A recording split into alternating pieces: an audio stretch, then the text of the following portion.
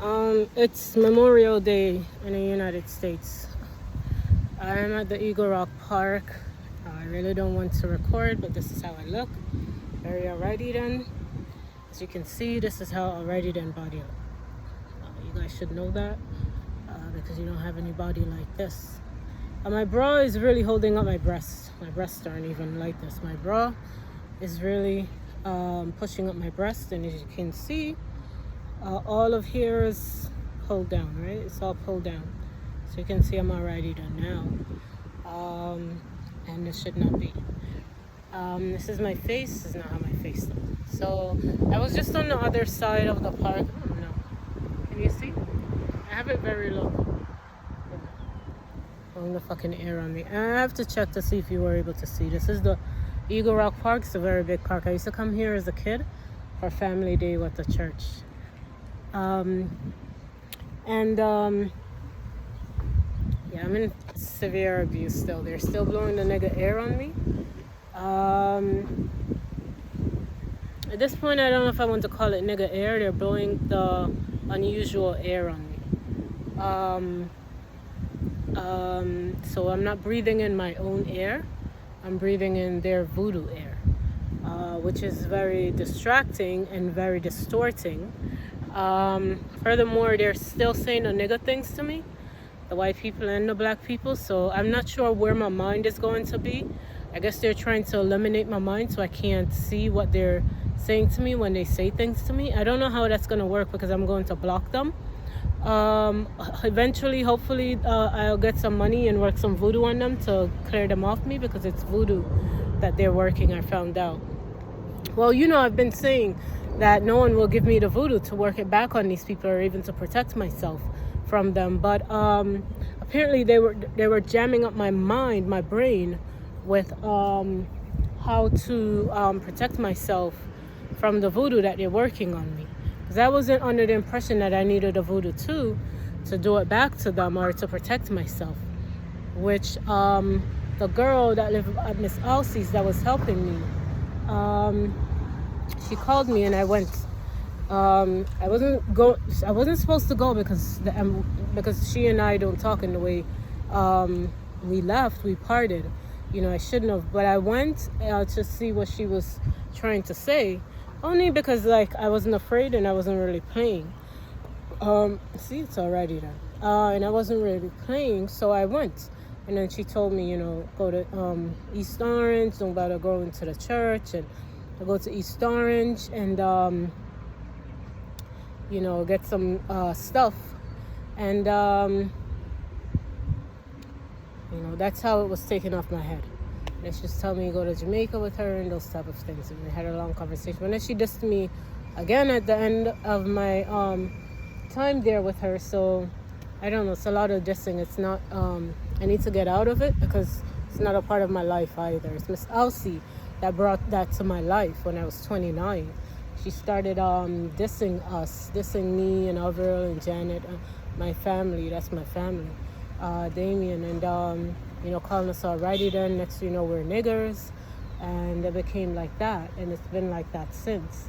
And actually, this whole nigger thing has been playing out in my life for, I would say, the past 3 years. Really, not really when I was going through all of that breakdown and messed up life. Really, since this abuse started, it's been very tormenting mentally to have to consume that kind of negative thought and energy, and those thoughts that people have for me. So honestly, I didn't think that people had those thoughts for me, because first of all, I'm suburban. Second of all, I was white. Third of all, I was coolie. I had my coolie here. And fourth of all, I didn't live any life like that. So I was very surprised. And even when I went to the voodoo place in East Orange, the spiritual place where you can buy stuff, the lady is going to say that maybe they voodooed my legs. Or I'm like, people can voodoo your legs? And why would anyone voodoo my legs to look like that? I've been taking pictures of my legs since this breakdown started, this abuse started. So I'm very surprised that someone would have those thoughts of me. It's very mental And it's very tormenting, very mentally tormenting. I didn't know that people had those thoughts of me. So they're actually, I guess they have thoughts of what a nigger is and how a nigger should look. And that's, I don't have those things. So maybe someone is voodooing my body that, so I don't look like what is considered a nigger, which is very tormenting because I'm not a nigger, for one. For two, no one should have those thoughts of me. For three, it's very tormenting. For three, it's very mentally captivating, and it's very mentally torturous and very mentally terminating. Honestly, I don't know how I'm surviving with this kind of abuse.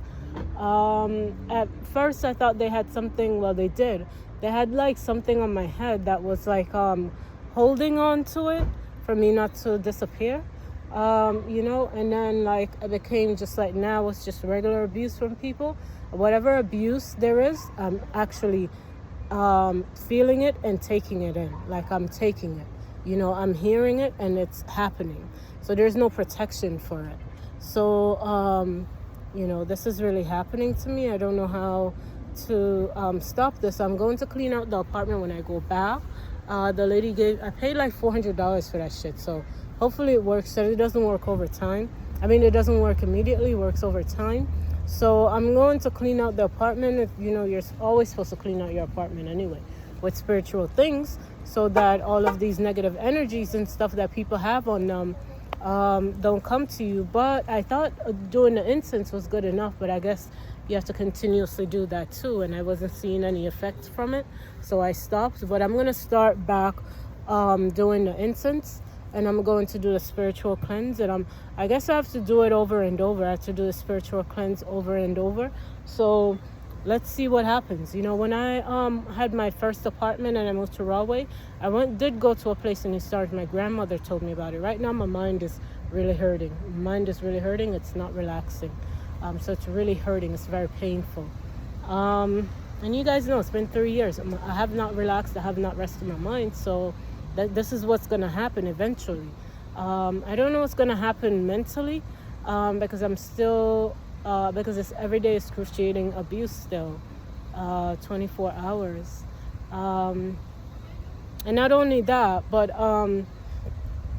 there's no release from it. There's not like an hour away from no abuse. There's not like a 2 hour away from abuse like what I was experiencing before. There's no escape from it now.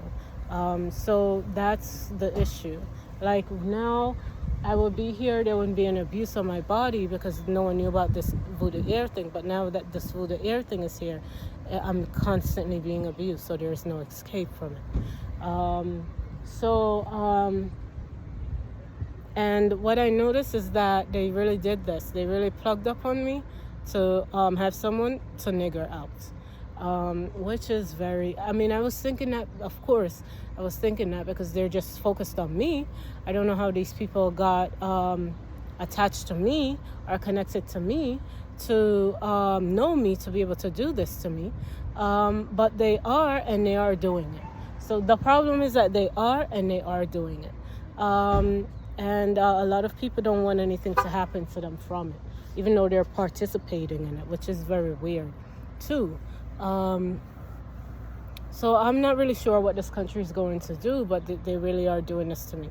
And it's like you keep telling them to stop and they're refusing to stop. This is America, but you're doing this to one person. What are you doing? What are you saying? Why are you threatening this person? This is America. Why are you threatening this person that you can do this to them? Why are you threatening this person that you can attack them like this? Why are you threatening this person that you all can watch her and attack her excruciating, severely, every day, every hour, every second, every minute, and not care? Why are you watching this person, period? Why are you watching this person and, telling her these things? That doesn't make any sense. Because you're not doing this to the country. You're not doing this to the world. You're doing this to this one person. That's very, I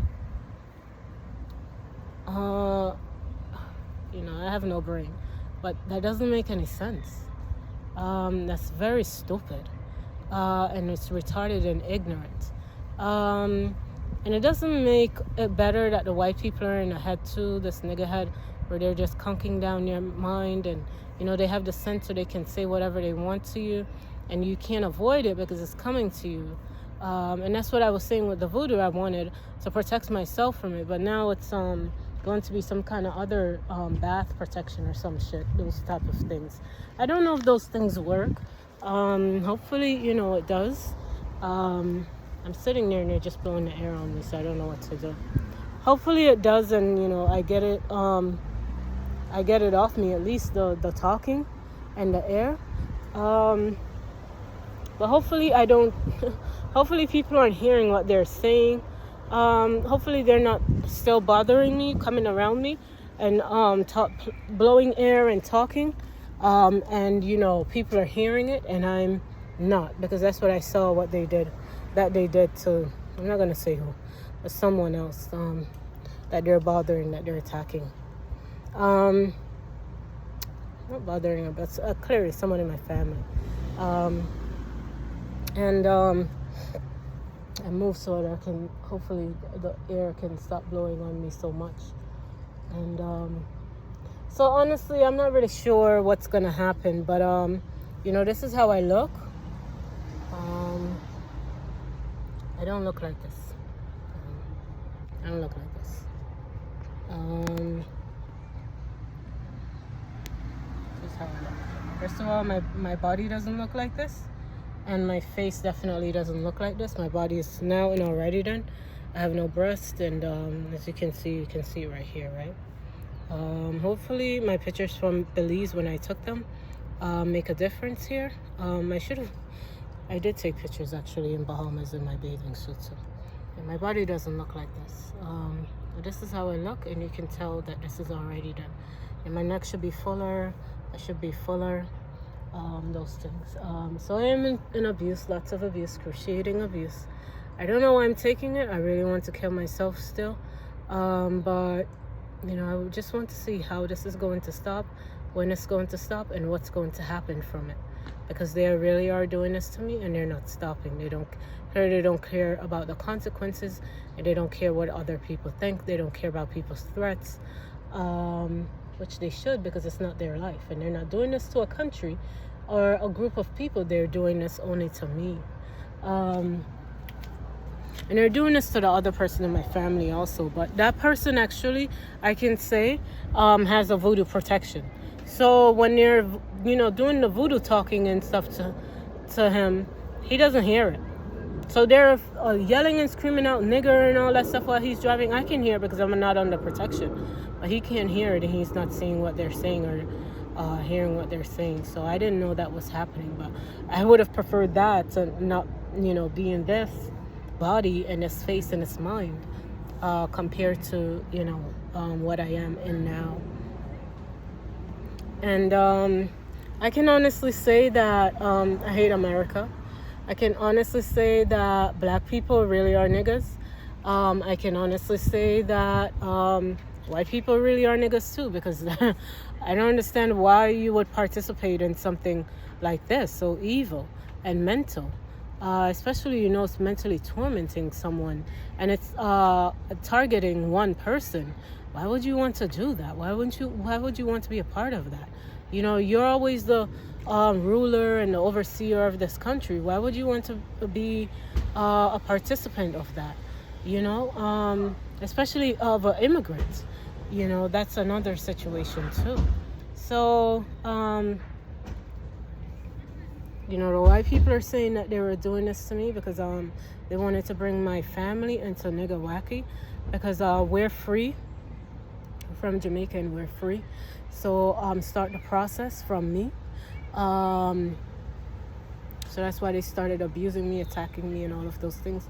But I didn't know that they were going to take it this far. I thought once I moved out that, you know, once I was at Sandy's, actually, I thought that was it with them. Because, you know, I found, you know, escape or whatever you want to call it from them.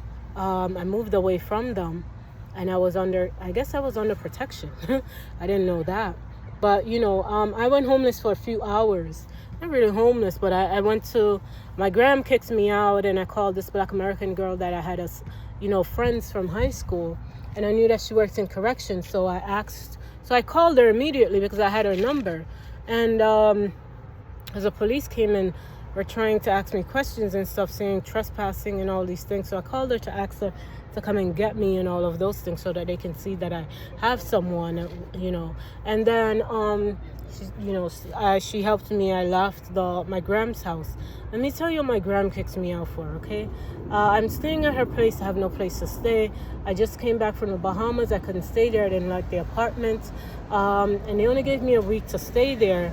And because of the treatment that I got there, I didn't want to stay there at Freeport, Bahamas.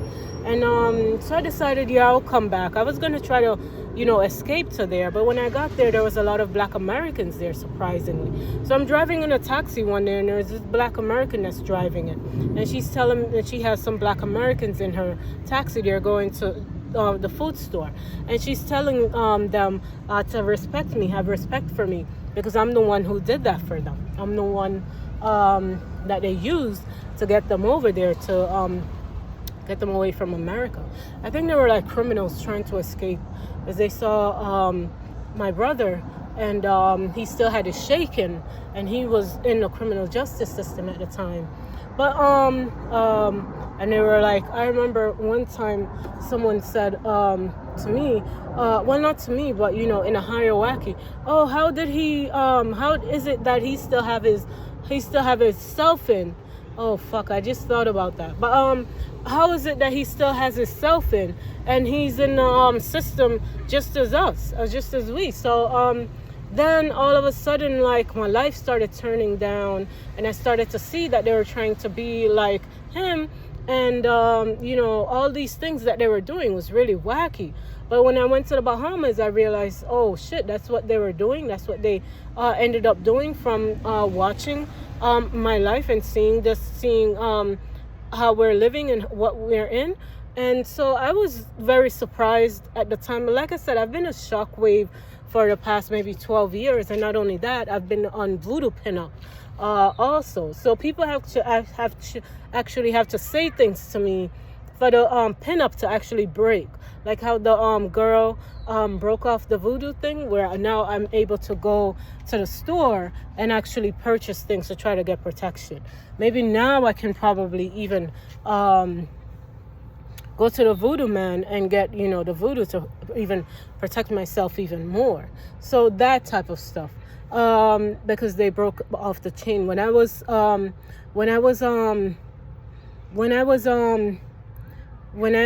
needed release from my job, when I needed to leave my job, I couldn't. And then the girl that I was friends with, the Jamaican girl, said that to me, oh, you need to leave your job, right? And I also needed to leave my parents' house. She didn't break that one, and I never got a chance to leave there. Actually, all kinds of shit happened to me with housing, and still is happening. So maybe no one has broken that chain yet. So I'm probably still under a lot of voodoo pinup still.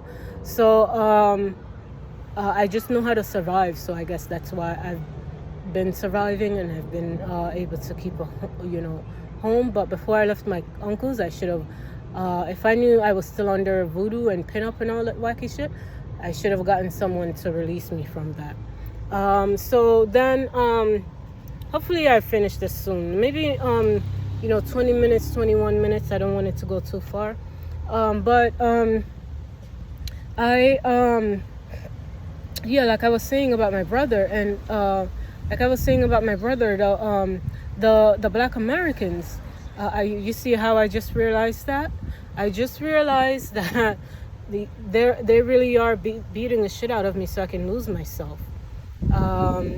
Wow, that's crazy. That's what they've been doing for the past 3 years, for me to lose myself. So when I went to the Bahamas, they were blowing the air on me. I wish you could feel this air through the video. You would see that I'm not lying, that it's an unnatural air. I don't know why anyone would want to blow that on me.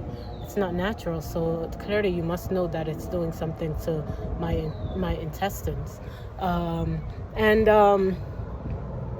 So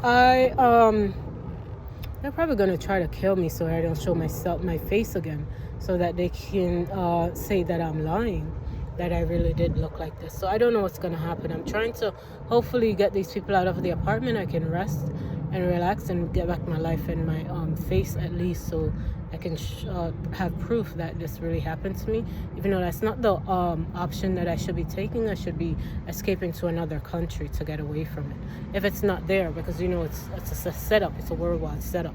So then when I went to the Bahamas, there was a lot of Black Americans there, and even when I went on the excuse me, when I went on the excursions and stuff, Black Americans were leading them. Weird. I was like, what the fuck is going on here? I mean, it wasn't bad. They weren't bad. They weren't bad, whatever they call them, excursion leaders, or, whatever they call them. The people who do the sightseeing. They show you everything. They tell you everything and all that stuff. The guy wasn't bad for the few of them that I went on.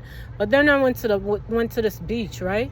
And of course they try to control everything and try to make everything a certain way, and it was just very annoying. I was like, what the fuck is this? This is not even the Caribbean. So there was like literally hardly any. There was like literally no freedom on the fucking beach. It was just like disturbing. I was like, what the fuck is this? So, I didn't really want to stay at Freeport, and I didn't like the apartment anyway. So I was just like, I'm out of here. So I came back and I was staying at Miss Elsie. I was telling you the story. I came back and I was staying at Miss Elsie actually. I came back and I was staying at Miss Elsie, and I was there for a little while, and then my mom sent some clothes, and then I met the guy Dudley, and he was helping my dad to fix up Miss Elsie's place. Miss Elsie's place was disgusting. It was full of rats, and I know she said she did that as setup, but she's probably really like that. She's probably that way because she's always been like that, but not that severe. She's never been that severe, but she did become that way, and I guess she was trying to clear up her place, and she was trying to renovate it a little bit, change it up a little. So then one day, I was sleeping in the back room. It was fine. So then my period came and I went to the bathroom and I asked her for a pad. She gave me 2 pads. They were like cheap pads, so they were in like boxes. And so I used one and I put one on the on top of the toilet, right? And it's just a pad. It's in a box, so you can't even tell. It doesn't even say pad on there. Nothing about pad is written on it.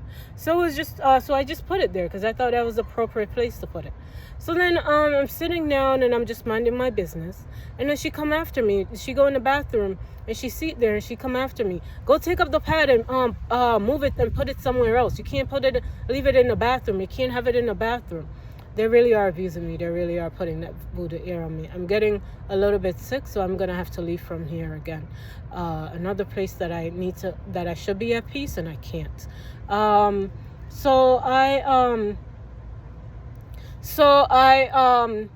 said, no, I'm not moving the pad. What's the big deal? It's just a pad. There's not even any writing on it. It's in a box. It's not like a pad in the plastic, right? You know how you take the pad out of the box and it's in the plastic? It wasn't like that. It was in a box. So I was like, no, I'm not doing that. And then she's like, no, move the pad. Get out of my house. If you're not, get out of my house. And literally the bitch kicked me out of the house. She called the police and kicked me out of the house for putting a pad in a bathroom on top of the toilet. That's in a box and that doesn't even have anything written on it called pad. And so when she kicked me out, I went to Union and I sat at the bus stop and waited for my brother to come and pick me up, and that's how I ended up at Sandy's that day. And I stayed at Sandy's for about 4 years. And she took me in. I thought she was just going to let me stay there for the night because I stayed there before when I went homeless the first time. And she only made me stay there for one night. And told me I had to leave because Warren is gonna need his place, and he's just not there for the night. So I was like, what? I need a place to stay. But then it wasn't a big deal, whatever. But then she ended up letting me stay there, so I was like, okay, whatever. But then I was like under the impression, like, what the fuck did they think they're doing? They think I should go homeless in fucking America?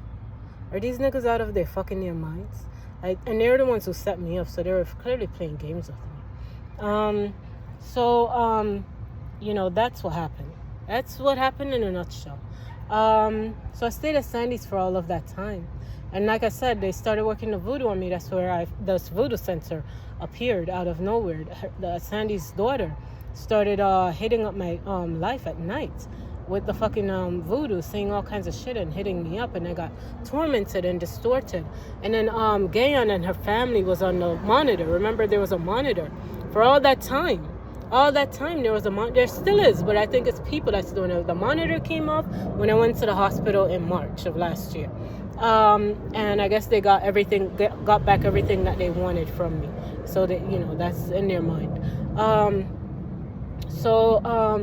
That's what happened. And then when I went to the hospital, the Richie guy was gone. He left. Oh, I don't want any part of this anymore and all this stuff. They all left. And then they kept coming back here and there when I was at my brother's and all that stuff, and even when I'm at this apartment now. But to be quite honest, I'm over this shit. This is really happening to me. It's very mind crimping. Very mind crimping. And these videos help to release some of the stress from my brain. Tomorrow I'm going to make an appointment to... everyone has been telling me, all the coolie people anyway, have been telling me to get the facial and a massage for the face, so that to release the energies and the toxins in my head, so that it doesn't swell up and it stays soft. Because I showed you guys what happened to my hair. My coolie hair is gone, and right here in the front was still soft, and it's gone. So yes, that too. They even want to say that it was voodoo hair. I've had my coolie hair since I can remember. Actually, I was exposed to my coolie hair. Not really exposed, but I knew that when they colored my hair, when I went to the Spanish place, and I knew that when they colored my hair, that it was going to get curly. I knew that because I knew I had coolie in me. So I was not surprised when it actually happened, but they pointed it out to me. I was like 17 or 18 then. So I have always had my coolie hair when I color my hair. It's always been there. So it's not even like, it didn't just appear when I started coloring it on my own and start showing it under the sensor and all. It didn't just appear. It's always been there. I just never went natural, and then I just never showed it when I colored. When I permed. Because every time I perm and I use some of my permanent color, it show. But when I use the permanent color, it comes out even more. Maybe the chemical in it, I don't know. Comes out even brighter and even more. Like I would just be putting the color in, it would just curl up. Like you know what a curly hair person look like. That's how it would come out. But I didn't know that it was there after. I would just wash it, and I never looked in the mirror to see that it was there. Otherwise, I would have just, try to figure out how that was and just wear it like that. But I would always, go to the salon and get it done, and let them blow it out and things like that. So I never paid attention to it until I started being abused so much, and then it started changing, and then I was like, okay, I need to start recording this because my hair is really changing, and my body is really changing, my insides is really changing. Even my foot bottom now is not soft anymore. In between, let me show you. Can I show? Right here, can you see? Right here used to be really soft, but I remember I recorded on Instagram, right in the pinnacle of your foot bottom, in the indented part, mine is always so soft that I can't do anything with it. Every time I go to the salon, no, you can't touch that part. It's too sensitive. So now it's not. I got a massage yesterday, and the guy just rubbed that shit. Normally I'm like squeezing up, and it's tickling, and it's very sensitive. None of that anymore. So this is really happening to me. They dug that shit. I don't even know if I recorded what they did that day when they were digging it. But I remember one night when they started that shit with me, I went on Instagram, but this time I took the pain for them to stop. It was all night, all day. I think I recorded on Instagram what happened. And now my foot bottom, my indents are hard as shit. So I don't know. I mean, I'm not lying. This is really happening. How do I record that this is happening? What proof do I have? I don't. And I don't have any money to go to the doctor to get a physical and get these things recorded like that, properly like that. And then I had the one little piece of job where I was going to get the benefits and get help, through the insurance, and that didn't happen. What do you think people get jobs for? They get jobs for insurance and benefits. So clearly I'm not out of the scope of what is reality. People are taking me out of reality and bringing me into theirs. And that's not right. They're watching me. They should not be watching me, because if they're watching me, when they see me, they're going to talk to me like they know me. And you don't know me, so why are you talking to me? And then furthermore, they can hear my thoughts, so they're reacting to my thoughts. It's that they're talking to me, and it's my thoughts that they're talking to me about. I'm not talking to myself, and I'm not talking out loud. I'm talking in my thoughts, and they're talking to my thoughts, talking to the things that I'm saying in my thoughts. So that's very disturbing. I mean, clearly this is some warped voodoo shit, and that needs to stop. And then so that's it. It's 30 minutes. I don't want to go any further. I hope you guys can get this. I'm in a lot of abuse still. This is sick. There's no escape. I don't know where to go. I was trying to hide between these two cars. See, this is a truck that I'm in between, and then this is a car. So I thought maybe being here would kind of, since I'm in a closed thing, no air would come through, but it's still coming through. So it's still very tormenting. So I'm just going to have to leave from here, because there's no escape. There's no breathing air. There's no escape from these people. They're everywhere. And the voodoo is still going. So I don't want to live. There's no point. It's not even like I'm raising my child anyway. People are raising my child. I can't even see her when I want to. They have this shit going on with me for how many years now? I can't be with her. It's very frightening. The last time I went out with her, they were trying to abuse us. So then now I can't go out with her at all. I refuse to. And I refuse to go out with her, because I don't want her to be a part of this. As you can see, I'm trying to escape. Someone's blowing air on me. I don't know from where. I'm trying to escape it, but they're following me. I don't know. I haven't seen her. I haven't taken her out. I haven't done anything with her for the past 3 years. So what's going to happen? I have no fucking damn idea. I don't have no clue. I have no fucking clue as to what's going to happen. It's not like I'm raising my child. It's not like I'm living for anything. But I also still know that she needs her mother's company. She needs to know that she has parents still, and that she has parents who love and care about her. And she's still, in some things that I need to clear up before I leave too. There's some things that I need to clear up before I leave, because clearly it's their child. They can do whatever, because clearly if you're a competent person, you would help the person to get their life together, so that they can get back their child and have their life and have their life with their child. I mean, that's just common sense. Here we go. No, what you're doing is not normal. What you're doing is not normal. I'm still feeling the air on my back and all over here. I'm trying to bend down to escape it, but here they go driving by, and it's still happening. They're blowing it on me as they're driving by. It's very cold, and it's unnatural. It's very uneasy. I can't even escape from it from bending down. And then they come and they start to crowd. It's like 3 fucking damn cars. You can't even show it because this shit doesn't turn around. It's like they just come and they attack and they leave. It's so disgusting. And the most disgusting thing is that they know what they're doing. Like, they're planning these things. There it goes. The guy's smiling as he's leaving. We got to do it. What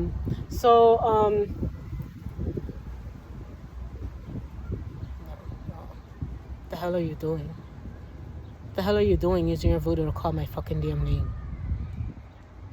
So you see, they're having fun. They're having fun voodoo censoring me. And abusing me. Clearly that must be torturous for a person. I mean, what in your wacky mind is telling you the guy just blew it on my eye as he's driving by? That's crazy. These people are really voodoo censoring.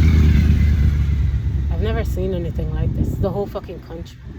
And they don't want to take ownership for it, and they don't want anything to happen to them.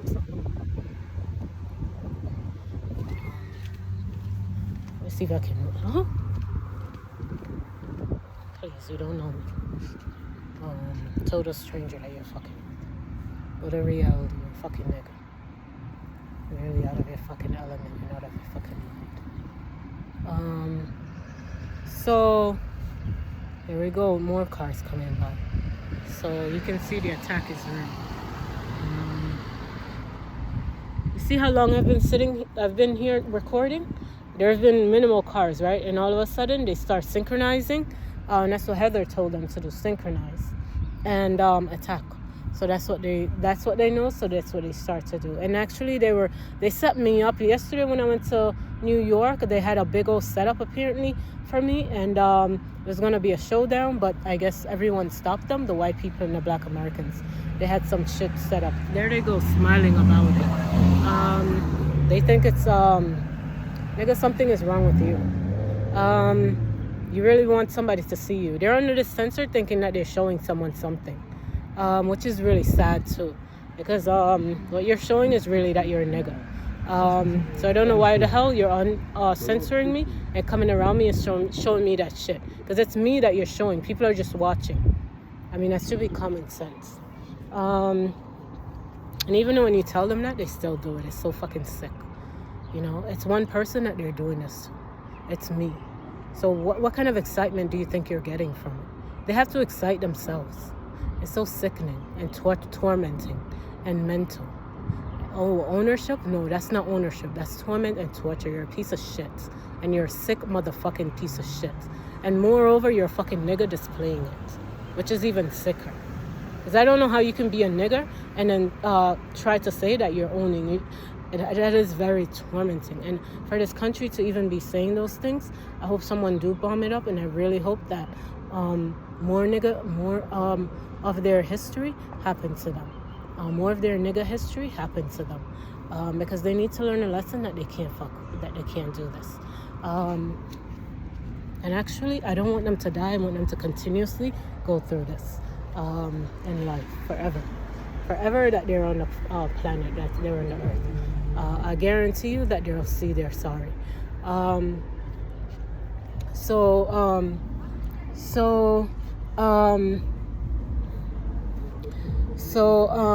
When it's generation after generation, and they have to keep suffering and suffering and suffering and suffering and suffering and suffering, and they have to keep, and it's the reminder of this fucking damn shit that they did, I guarantee you that they'll see their sorry.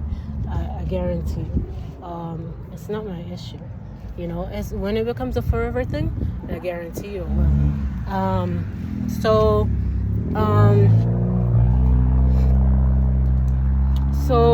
That's it. It's 37 minutes. I don't want to record anymore. But that's just my story, and that's what's happening to me. I'm going to move away from here. Nothing is happening here. There's abuse everywhere I go. So there is no point of being at this park. I don't know. Maybe I'll walk a little bit and see if there's any other place at the park where there's no one. Maybe I can sit there for a little while and rest my head. I don't know. But let's see what happens, okay? So this is still happening, and this is how I look. As you can see, pop down, and alrighty then.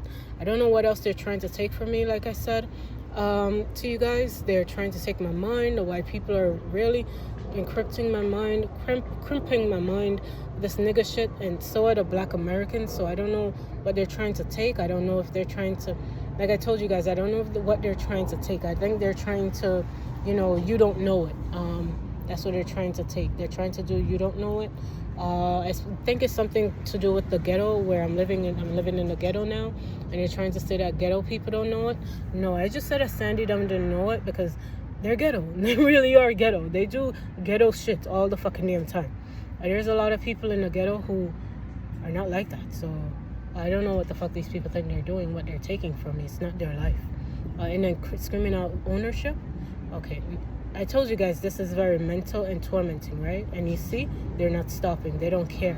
They don't care what level they are. They don't care the level of abuse that they give out to me. They are just continuously attacking me. So I need to figure out a way to leave. Because I can't take this anymore. I heard that I was gonna get killed. I don't need anyone killing me.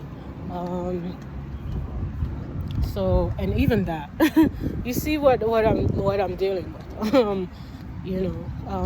If you're sitting there watching this shit, I'm leaving my bag. If you're sitting there watching this shit and not doing anything about it, and then gonna come up with all these shits that you're gonna have to do to me to get this off Jamaica for what you did and what these people did, And that's really sick and tormenting because this shouldn't happen to begin with.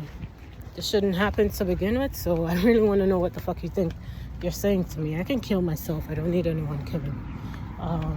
It's your responsibility to stop these people in this country from attacking you. That's point blank and period. It's your responsibility. This should not be happening.